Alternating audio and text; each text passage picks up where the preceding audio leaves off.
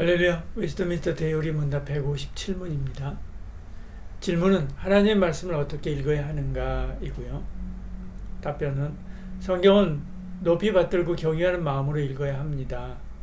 성경이 곧 하나님 말씀이라고 하는 사실과 하나님만이 우리가 성경을 깨닫게 하실 수 있다고 하는 굳은 신념과 그 가운데 계시되어 있는 하나님의 뜻을 알고 믿고 순종하고 싶어하는 욕망으로 부지런히 읽어야 합니다. 또 성경의 내용 및 범위에 주의함으로 묵상과 적용과 자기를 부인함과 기도함으로 성경을 읽어야 합니다. 이렇게 답변하고 있습니다. 첫머리가 성경은 높이 받들고 경외하는 마음으로 읽어야 합니다. 그렇게 이야기를 합니다. 법체계를 예로 든다면 헌법이 있고 그 헌법에 기초한 민법, 상법, 형사소송법 등이 있지요. 그 하위법이 또 있습니다. 상법에 물권법이 있고 민법에 상속법이 있지요. 그 아래 또 이제 상속세법, 시행령과 같은령이 있습니다. 이때 헌법이 가장 상위의 법이죠. 모든 법은 헌법에 기초해야 합니다. 그래서 헌법학자들은 헌법은 약간 추상적이고 여백이 많아야 한다 그렇게 말하죠. 그래야 여러 법이 그 안에 들어올 수 있는 여지가 있기 때문에 그렇지요. 이처럼 세상의 모든 지식과 그것을 담은 책은 성경에 기초합니다. 그렇다고 성경은 아주 자세하게 모든 것을 기록하지는 않았습니다. 마치 헌법과 같은 역할을 하기 때문에 그렇죠. 그러므로 우리는 성경에 대하여 전적으로 수용하겠다라고 하는 자세로 받아야 됩니다. 마치 헌법을 우리가 대하듯이 그렇게 우리는 모든 지식의 헌법으로서 성경을 받아야 되는 것이지요. 어떤 사람은 성경의 모든 내용을 수용해서는 안 된다라고 말합니다. 우리가 이해하고 과학적으로 증명된 것만 사실로 받아들여야 된다라고 말하지요. 그러면서도 과학적으로 설명되지 않는 것은 우화와 상징으로 해석하려고 합니다. 그렇다면 이것은 인간의 이성을 성경보다 우위에 두는 것이죠. 그래서 예수님이 무리를 걸은 것은 사실이 아니라 지어낸 이야기다 그렇게 말합니다. 예수님의 부활은 사실이 아니고 집단 최면 현상에서 나타난 이야기다라고 말하기도 하죠. 그러나 성경은 인간의 이성보다 우위에 있습니다. 우리가 이해하지 못한 것도 심지어 과학적으로 설명되지 않는 것도 우리는 성경 그대로 믿죠. 우리는 완전하지 못한 과학 이론보다 완전하신 하나님을 믿기 때문에 그렇습니다. 이스라엘 백성이 처음 하나님의 말씀을 받았을 때 했던 고백이 옳습니다. 언약서를 가져다가 백성에게 낭독하여 듣게 하니 그들이 이르되 여호와의 모든 말씀을 우리가 준행하리이다. 하나님 말씀을 우리가 다 그대로 믿고 준행하겠다고 하는 자세로 성경을 읽어야 됩니다. 일부분이 아닙니다. 모든 말씀을 준행하겠다라고 했지요. 성경의 모든 말씀은 하나도 빠짐없이 진리이기 때문에 그렇습니다. 그러므로 우리가 다른 책을 읽을 때와는 사뭇 다르게 성경은 하나님을 경외하는 마음으로 읽어야 되는 거죠. 성경이 곧 하나님 말씀이라고 하는 사실과 이렇게 다음 답변 이어서 이렇게 이야기합니다. 이미지 생성 AI 미드저니로 제작한 콘텐츠의 저작권이 인정되는가? 대부분 안 되죠. 그러나 저작권이 인정될 수 있는 요건이 있습니다. 그것은 인간의 사상과 감정이 표현되어야 되고 창작적 기여를 의미하는 창작성이 있어야 되지요. 다시 말해서 인간이 나름의 생각과 감정을 창작하는데 AI를 사용한 경우에는 저작권이 창작자, 곧 인간에게 있다라고 하는 말입니다. 성경도 그렇습니다. 성경은 하나님의 생각과 감정이 고스란히 드러난 하나님의 창작물이지요. 마치 AI처럼 인간이 그 도구로 사용되었을 뿐입니다. 그래서 베드로는 성경은 하나님께 받아 말한 것이다 그렇게 이야기하죠. 베드로후서 1장 20절 21절 이렇게 말씀합니다. 성경의 모든 예언은 사사로이 불 것이 아니니 예언은 언제든지 사람의 뜻으로 난 것이 아니고 오직 성령의 감동하심을 받은 사람들이 하나님께 받아 말한 것입니다. 이렇게 말씀하죠. 성경의 저자는 성령 하나님입니다. 자유주의 신학자들은 성경에 하나님의 말씀이 포함되어 있다라고 말합니다. 사람이 어떤 글을 쓰는데 하나님의 말씀을 거기에 담아놓았다 하는 것이죠. 그래서 성경을 읽을 때는 하나님의 말씀과 사람의 주장을 구분해서 읽어야 된다라고 말합니다. 그러면 어디까지가 하나님의 말씀이고 어디까지가 사람의 주장이라고 판단합니까? 그 기준이 무엇입니까? 판단자는 인간의 이성인 거죠. 그들은 인간의 이성을 성경보다 우위에 두고 있는 것을 봅니다. 그러면 우리 생활의 최종 판단자는 성경이 아니라 이성이 됩니다. 성경을 결정하는 것이 교회의 공회에서 한 것이기 때문에 인간의 이성이 성경을 결정하는 것이 아니냐라고 말할 수 있지만 교회의 공회를 모으고 결정을 내리게 하는 일련의 일도 교회의 머리이신 하나님, 교회를 붙들고 일하시는 성령님이 하신 것이지요. 답변 이어서요. 하나님만이 우리가 성경을 깨닫게 하실 수 있다는 굳은 신념과 그렇게 얘기합니다.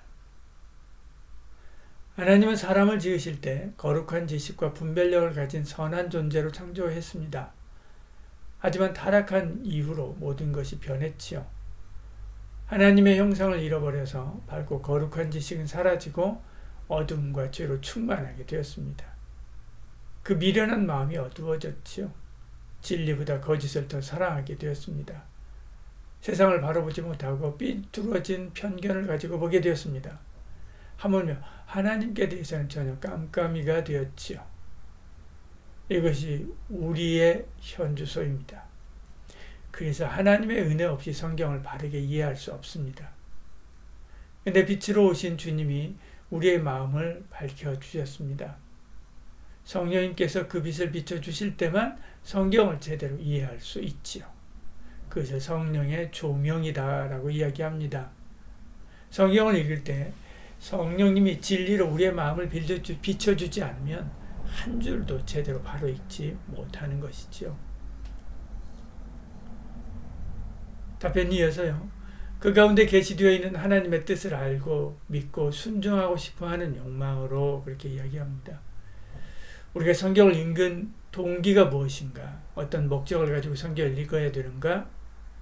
하나님의 뜻을 알고 믿고 경외하며 순종하려고 하는 마음으로 읽어야 되는 것이죠.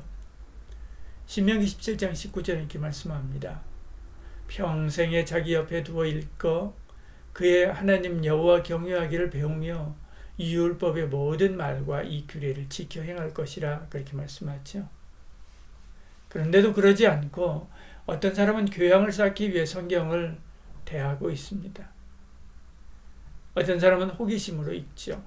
어떤 사람은 신앙을 반박하기 위해 오류를 찾으려고 읽습니다. 어떤 사람은 연구를 위해서 성경을 읽지요. 아닙니다. 성경은 하나님의 뜻을 알고 믿고 행하고자 하는 마음으로 읽어야 되는 거죠. 그래야 내게 살아있는 책이 됩니다. 답변 이어서요. 부지런히 읽어야 합니다. 그렇게 이야기합니다. 얼마 전에 어느 교수가 이런 말 하는 것을 들었습니다. 자기는 자기가 가르치는 전공의 개론서를 거의 한 30여 번 연구하면서 읽었지만 지금도 또 그렇게 읽고 있다라고 말했습니다. 수업 준비를 위해서 매번 읽기 때문에 그렇습니다. 성경은 인류의 전 역사에 걸쳐 기록되었고 인간의 거의 모든 생활 주제를 망라하며 특히 영적인 세계와 죽음, 하나님의 나라에 대해서 말하고 있기에 쉽지 않습니다. 이 세상의 성경을 완전히 이해한 사람은 없습니다. 수도사가 평생 수도원에서 성경을 배우고 필사하고 토론하고 가르치며 살았어도 다 안다고 말할 수 없지요. 성경을 대충 읽고 다 안다고 할 사람은 없습니다. 그러므로 부지런히 읽고 연구하고 배우지 않으면 성경을 바로 이해하지 못할 수 있습니다. 그런 의미에서 베레아 사람들은 참 잘 준비된 사람이었지요. 사도행전 17장 11절 이렇게 말씀합니다. 베로아에 있는 사람들은 데살로니가에 있는 사람들보다 더 너그러워서 간절한 마음으로 말씀을 받고 이것이 그러한가 하여 날마다 성경을 상고함으로 그렇게 말씀하죠. 우리도 그들처럼 날마다 성경을 상고하고 연구해야 됩니다. 그래야 조금이라도 성경을 통해서 우리가 하시는 하나님의 뜻에 가까이 나갈 수 있게 되는 거죠.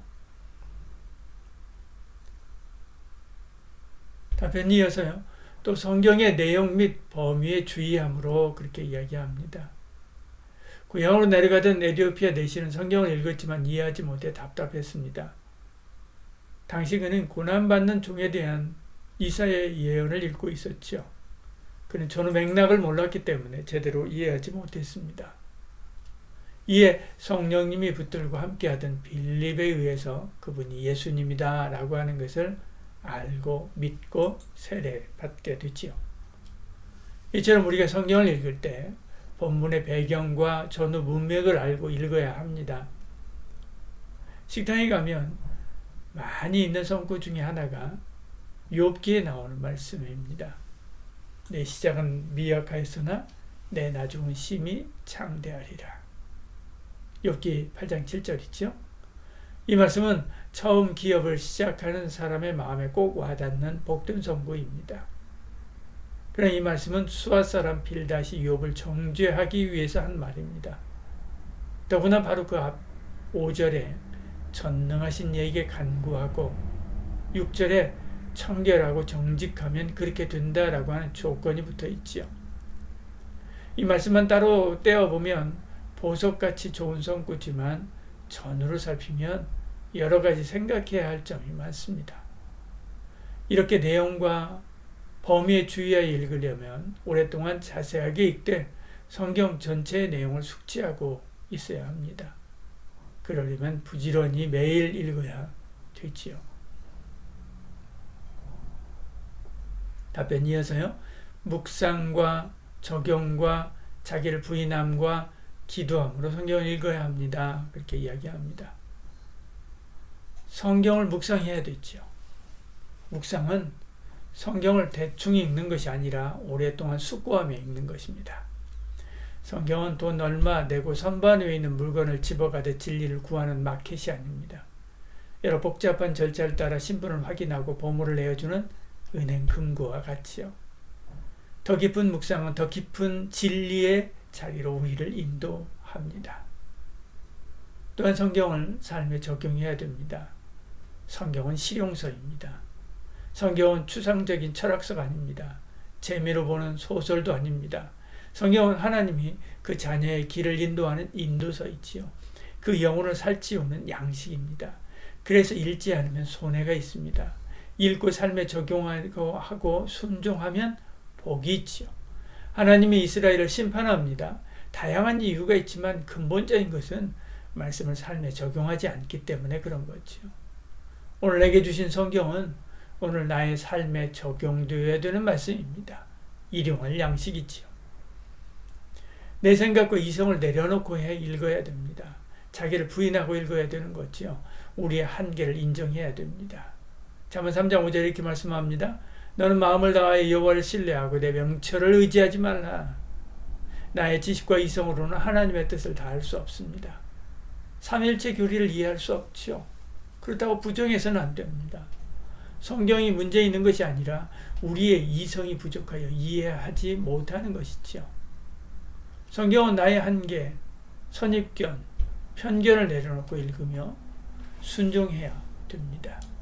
내 뜻과 달라도 내 상식과 달라도 그 말씀을 믿어야 되는 것이죠.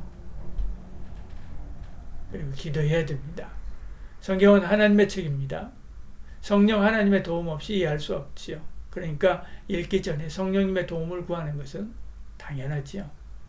시편 119편에 이렇게 말씀합니다. 내 눈을 열어서 주의 율법에서 놀라운 것을 보게 하소서. 이렇게 기도하고 성경을 보아야 되는 거죠. 그때 보지 못한 것도 보게 하시고 이해 못한 것도 이해하게 하시고 받은 말씀을 삶에 적용할 지혜와 용기와 믿음도 주시는 것입니다. 기도하겠습니다. 주님, 하나님의 책 성경을 우리에게 주신 것 감사합니다.